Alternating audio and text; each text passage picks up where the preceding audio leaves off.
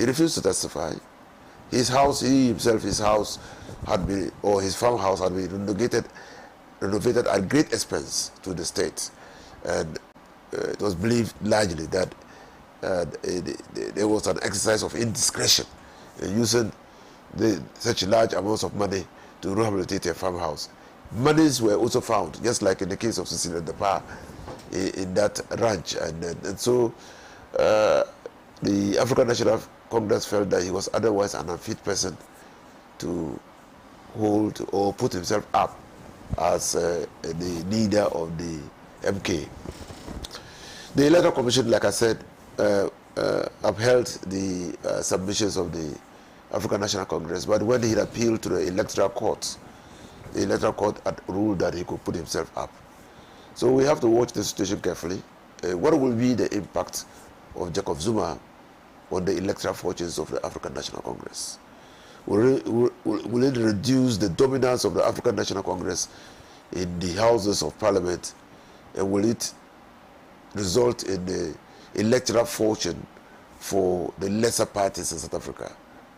But as an African, a Pan-Africanist, having suffered a lot of indignation during the apartheid rule in South Africa, and having fought a liberation war which claimed many lives, I thought that the utmost interest of the people of South Africa manifested in the African National Congress should have held sway over the personal idiosyncratic feelings of the former president of the party. But be that as may, that's democratic space.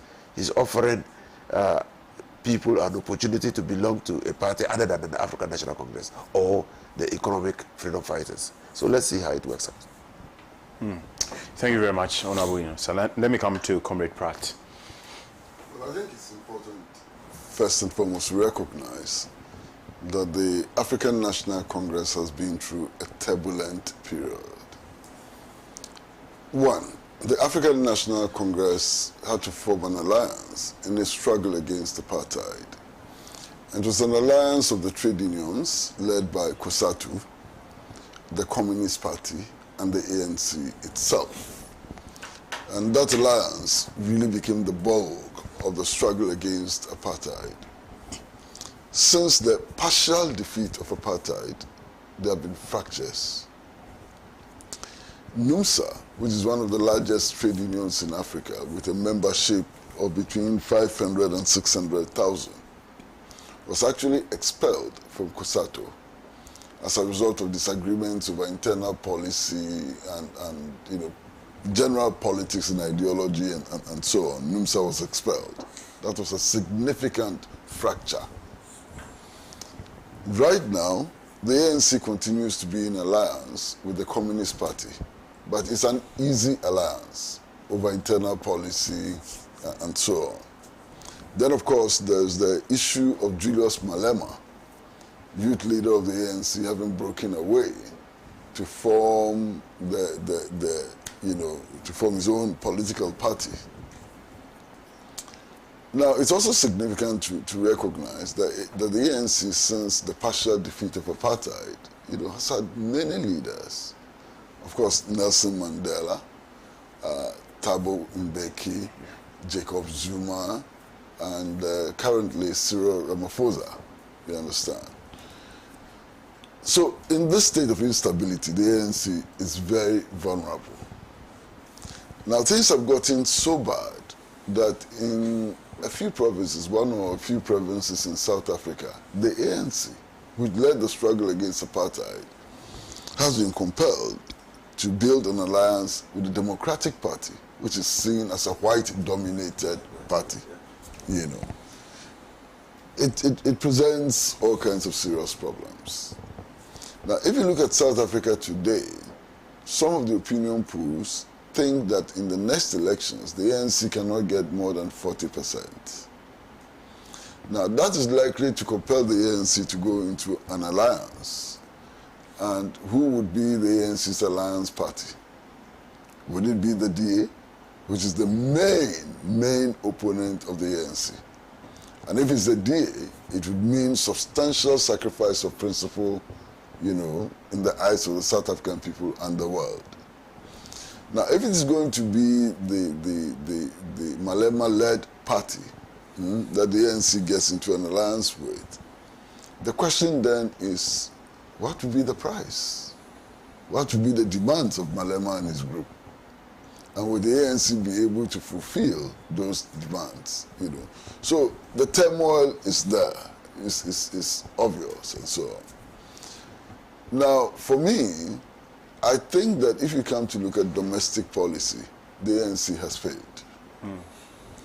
It has failed to restore land to the indigenous people in the way that it promised it was going to do. So you have a situation where a landless people's movement, has emerged in South Africa with substantial numbers. Its membership is said to be around 1 million people or perhaps more. That's a substantial, vote. You have a situation where today in South Africa, you will still find places that are whites only, in spite of the fact that apartheid is said to have been defeated.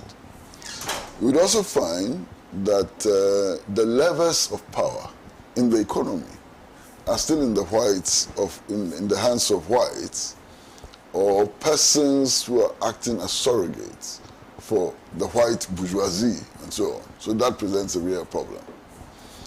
Now, all over the world, and I've traveled quite a bit talking to progressives around the world and so on, it seems to me that there's a desperate rush to save the ANC from around the world. Now, what explains that? What explains that is simply the fact that the ANC still continues to maintain a very progressive foreign policy. In terms of foreign policy, the ANC perhaps offers the best alternative within the South African milieu. I mean, its recent fight against genocide in Palestine, leading to the case in the international court and so on, has given it such a high profile.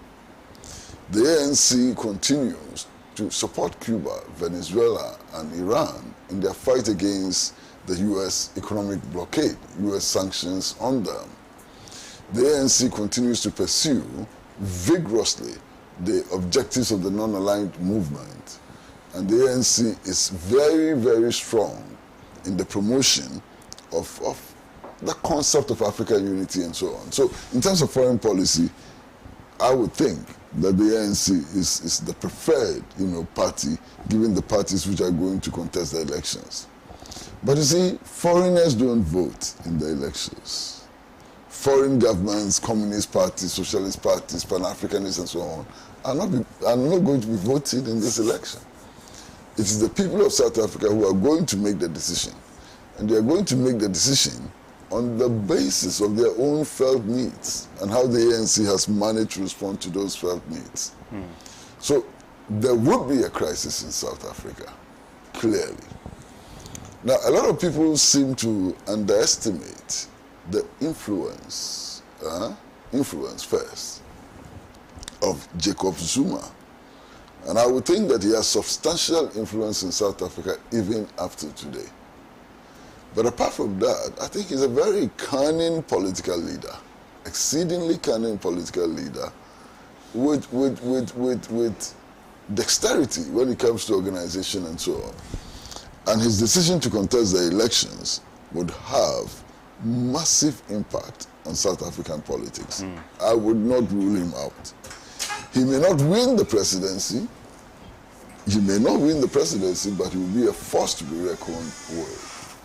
Now, in all of these discussions, I think it's important also to consider what impact the Inkatha Freedom Party would make on the elections, given the fact that its leader, Chief Buthelezi, is dead. What arrangements are going to be made? I don't know. Will Jacob Zuma work with the Inkatha Freedom Party? I don't know. Will the ANC extend the hand of collaboration to the Inkatha Freedom Party? I don't know. What would Julius Malema do in this fog of uncertainty and so on? I am very deeply worried about what is happening in South Africa, because it will only add to the history of the vanguard of the national liberation struggles in Africa being dismantled. And in most African countries, when the vanguard has been replaced, it has been replaced by reckless neoliberal advocates. As in Ghana, for example. And who would have thought some time ago that the Dankwa Buzia tradition could ascend to power? Nobody gave them a dog's chance. But as a result of all of this confusion, interventions by Western powers, especially the Central Intelligence Agency of the United States of America and so on, these right-wing forces which had no base in the people, these right-wing forces which were not believed to be pursuing the Pan-African interests and so on, are rising, to power. In Ghana, for example, the Dankwa Buzia tradition was in power between 2000 and 2008 for 8 years. They've been in power for another 8 years, 16 years.